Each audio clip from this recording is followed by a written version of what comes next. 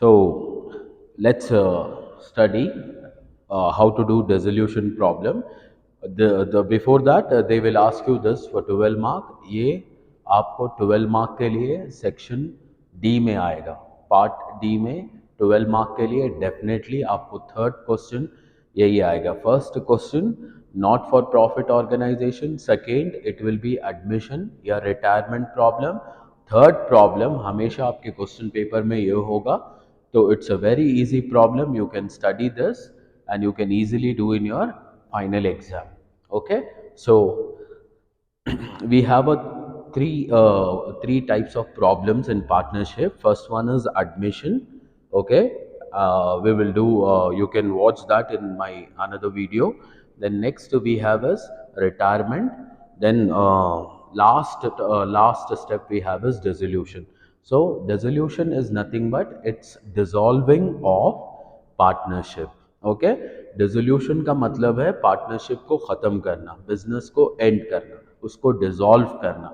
सो जब आप डिसॉल्व करोगे तो आप दो एक्टिविटी करोगे. एक, आप एसेट को बेचोगे, पूरे एसेट्स जितने भी आपके पास एसेट्स हैं उसको आप रियलाइज करोगे, और जितने भी लाइबिलिटीज़ हैं उसको आप पे करोगे. जो भी आपका लाइबिलिटीज़ है पे करोगे, एंड रिमेनिंग बैलेंस ये सब पे करने के बाद जितना बचा कुचा अमाउंट है वो पार्टनर्स को जाएगा. Okay. So this process, so in this we need to perform 3 step. इस प्रॉब्लम को परफॉर्म करने के लिए या इस प्रॉब्लम को करने के लिए आपको 3 स्टेप्स करना पड़ेगा. एक, realisation account, then next you will do partners capital account, and third you will do cash account. In retirement and admission, last we used to do balance sheet. Retirement और admission में हम लोग balance sheet बनाते हैं क्योंकि उसके बाद भी बिजनेस कंटिन्यू होता है. बट यहाँ पे डिसोल्यूशन में हम लोग कैश या बैंक अकाउंट बनाएंगे क्योंकि यहाँ पे इसके आगे बिजनेस कंटिन्यू नहीं होता है, बिजनेस यहाँ पे एंड हो जाता है. ओके. सो इसलिए हम उसको कैश अकाउंट बनाते हैं और देखते हैं लास्ट में कि कितना कैश आया और कितना पेमेंट हुआ. तो ज़ीरो बैलेंस हो जाता है. जितना कैश आता है उतना पेमेंट क्लियर हो जाता है. अगर आपका जितना इनफ्लो कैश और आउटफ्लो अगर आपका दो भी मैच हो गया, then your problem is correct. Okay. In balance sheet if assets are equal to liabilities, आपका प्रॉब्लम सही है. कैश अकाउंट में जितना कैश है उतना आपने यूज कर लिया, खत्म, जीरो बैलेंस हो गया, तो आपका प्रॉब्लम सही है. सो इस प्रॉब्लम को सही तरीके से समझते हैं प्रॉब्लम के साथ. So here they have given Shruti, Shilpa and Shreyas were partners in a firm sharing profit and losses in the ratio of 2:2:1. They decided to dissolve the firm, and यहाँ पे आपको बैलेंस शीट दिया है, कुछ liabilities हैं, कुछ assets हैं, और यहाँ पे कुछ पॉइंट्स दिया है, एडजस्टमेंट्स देके है, एडिशनल इंफॉर्मेशन. फर्स्ट पॉइंट है डेटाज रियलाइज्ड 10% लेस देन दी बुक वैल्यू. हमने डेटाज को मतलब डेटाज हमने बेचा है, हमको रियलाइज उसका अमाउंट मिला है 10% लेस देन बुक वैल्यू. 30,000 का 10% आप कैलकुलेट करोगे तो 3,000 है. तो 3,000 30,000 माइनस 3,000 27 में इसको रियलाइज कर दिया. Then the stock realise as 15% more than book value. Stock जो है 15% मोर रियलाइज हुआ है, आपको 15% एक्स्ट्रा मिला है यहाँ पे. और next, building realised at 60,000. Building 50,000 का है and you are realized that for 60,000. And then next we have is the firm was taken over by, the furniture was taken over by Shruti. एक asset furniture को श्रुति ने लिया है. And then the machinery was taken over by Shilpa. Shilpa ने machinery ली है और श्रुति ने furniture लिया है. इसको 10% लेस में हमने रियलाइज किया, इसको 15% एक्स्ट्रा में रियलाइज किया, इसको 50,000 की जगह 60,000 में इसको बेचा है. और लास्ट ये हम रियलाइजेशन में नहीं लेंगे क्योंकि इसका हम सेपरेट अकाउंट बनाते हैं. बस इतने असेट्स हम कंसिडर करेंगे इधर. और देन नेक्स्ट, रियलाइजेशन अकाउंट में ये दो लाइबिलिटीज हम लेंगे और ये जो भी है ये पार्टनर्स कैपिटल अकाउंट को जाएगा. फर्स्ट आप इसको समझने की कोशिश करो कि कितने मतलब कितने असेट्स आप रियलाइजेशन में लोगे, कितने लाइबिलिटीज आप लोगे मैक्सिमम, और रिमेनिंग जो भी असेट्स और लाइबिलिटीज है वो आप एक पार्टनर कैपिटल में जाएगा, इसको हम सेपरेट एक अकाउंट बनाएंगे, और इसके लिए इस ये जो आइटम्स है ये आप पार्टनर्स कैपिटल अकाउंट में लोगे, क्योंकि ये पूरा पार्टनर्स का ओनर्स फंड है, तो ये पूरा पार्टनर्स कैपिटल अकाउंट में जाएगा. So this is the information they have given.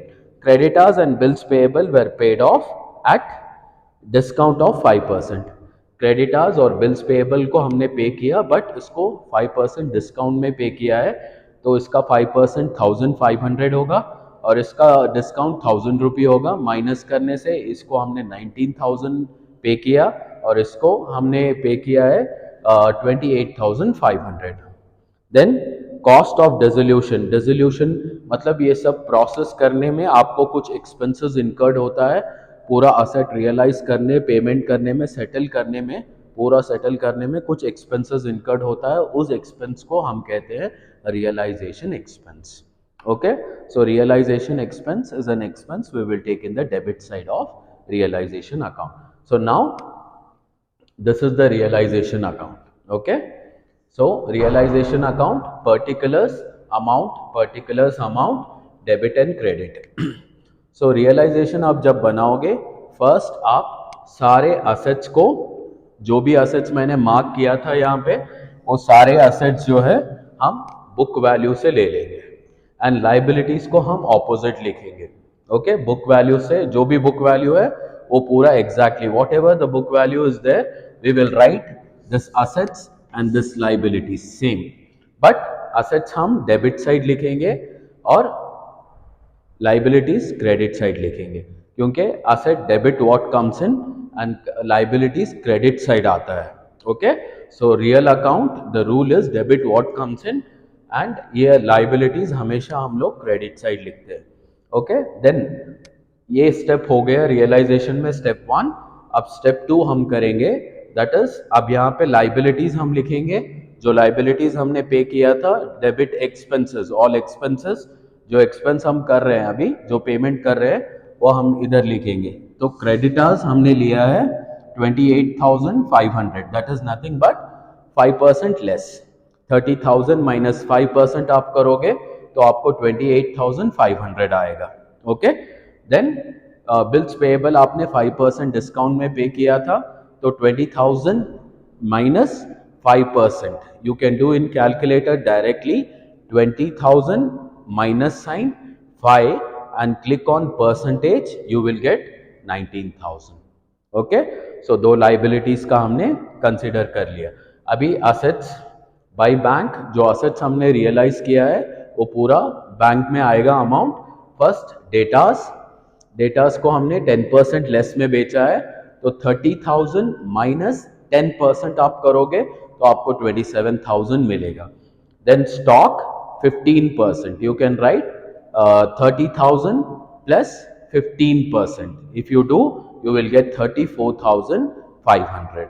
Then next building 60,000 adjustment में देखे है, it is given in the adjustment, directly we have written.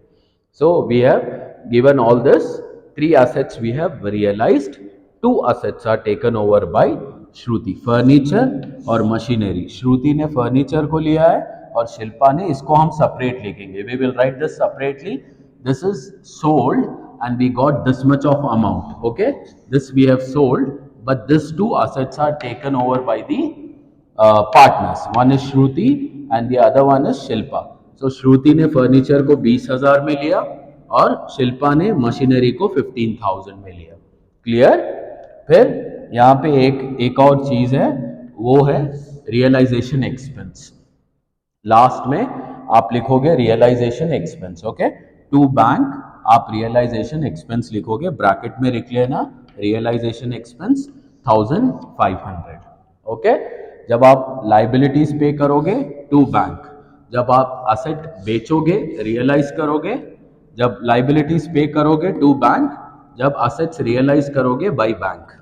And to bank realisation expense, आपका रियलाइजेशन एक्सपेंस है, expense debit side आता है, it comes in debit side, so you write realization expense here.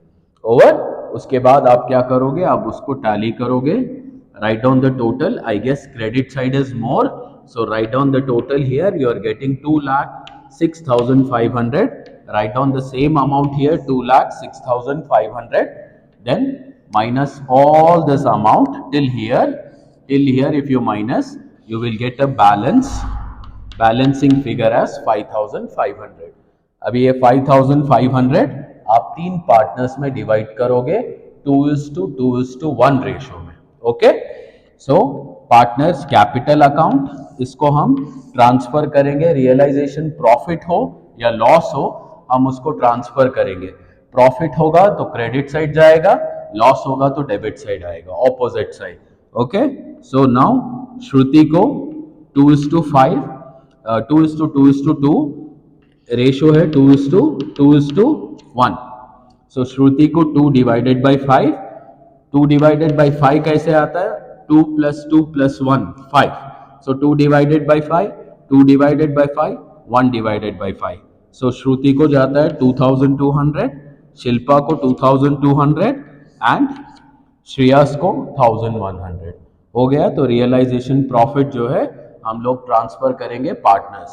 Then जैसे ही आप transfer करोगे, आप next step perform करोगे, that is partners capital account. Okay, so here partners capital account, so you will write particulars Shruti, Shilpa, Shreyas, particular Shruti, Shilpa, Riyas, then Shreyas, then they have given debit, credit, write on partners capital account. Okay, so first आप start करोगे partners capital by writing by balance brought down. आपको question में balance sheet में आपको कुछ मतलब partners का capital दिया है, the capitals are given there, that capitals you will brought down 40,000, 30,000, 20,000. Then again वहां पे आपको जनरल रिजर्व देके है, so that general reserve you will distribute. Here they have given general reserve that is 10,000. Partners capital मैंने आपको शुरुआत में बताया था कि ये दो item you will take in partners capital.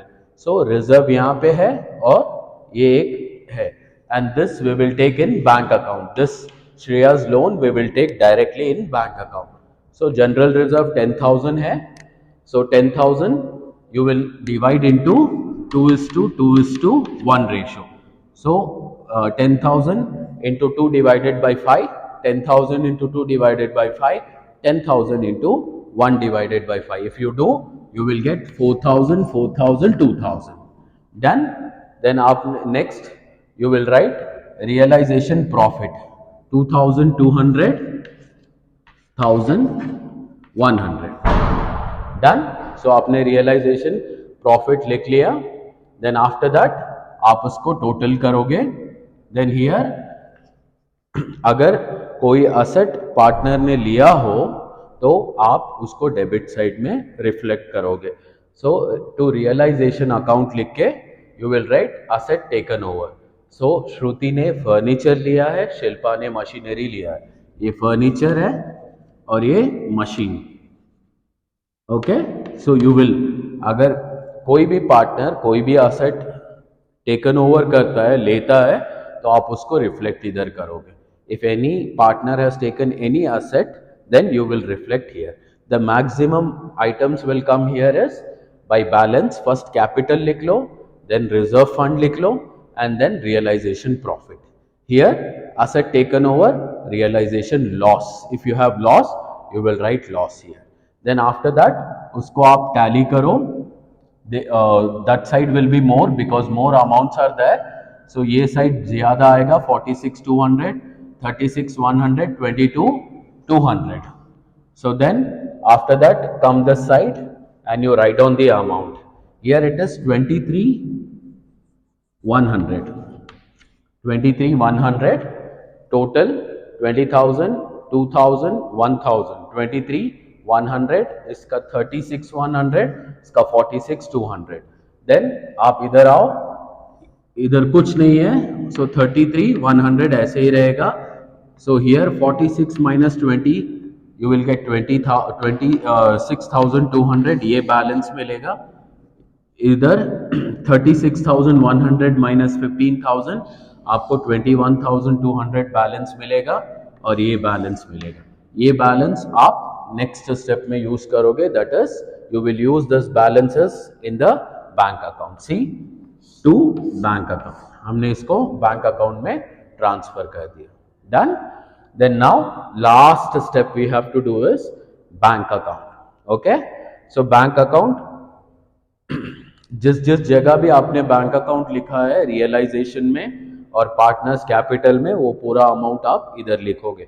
So first, realisation account, paid liabilities, आपने दो लाइबिलिटीज को पे किया था 47,500, वो अमाउंट आप इधर लिख लो। Then next, by realisation expense 1,500 आपने रियलाइजेशन एक्सपेंस पे किया था, write down that here because it's a bank account, debit what comes in and credit what goes out. पूरा इनकम आप इधर लिखोगे, पेमेंट्स पूरा इधर लिखोगे। सो जहां पे भी आपने लिखा है to bank to bank to bank, ये पूरा इधर आएगा। टू बैंक लाइबिलिटीज आपने पे किया था वो लिखा है, देन रियलाइजेशन एक्सपेंस आपने पे किया था वो लिखेंगे, देन कैपिटल, आप सबका कैपिटल पे करोगे, और श्रेयस का लोन, श्रेयस का एक लोन भी था वो भी आप पे करोगे। सो फर्स्ट लोन लिख लो एंड देन कैपिटल इनका 26, 21, 23, ये अमाउंट लिख लो। Then come here this side, balance brought down to realisation account. So here 6,000 balance है, that is okay.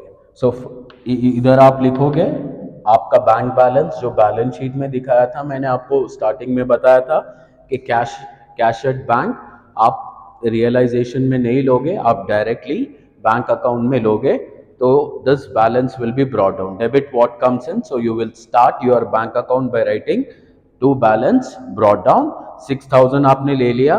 Then to realisation of assets, आपने असेट्स बेचा था, उसका अमाउंट हो गया।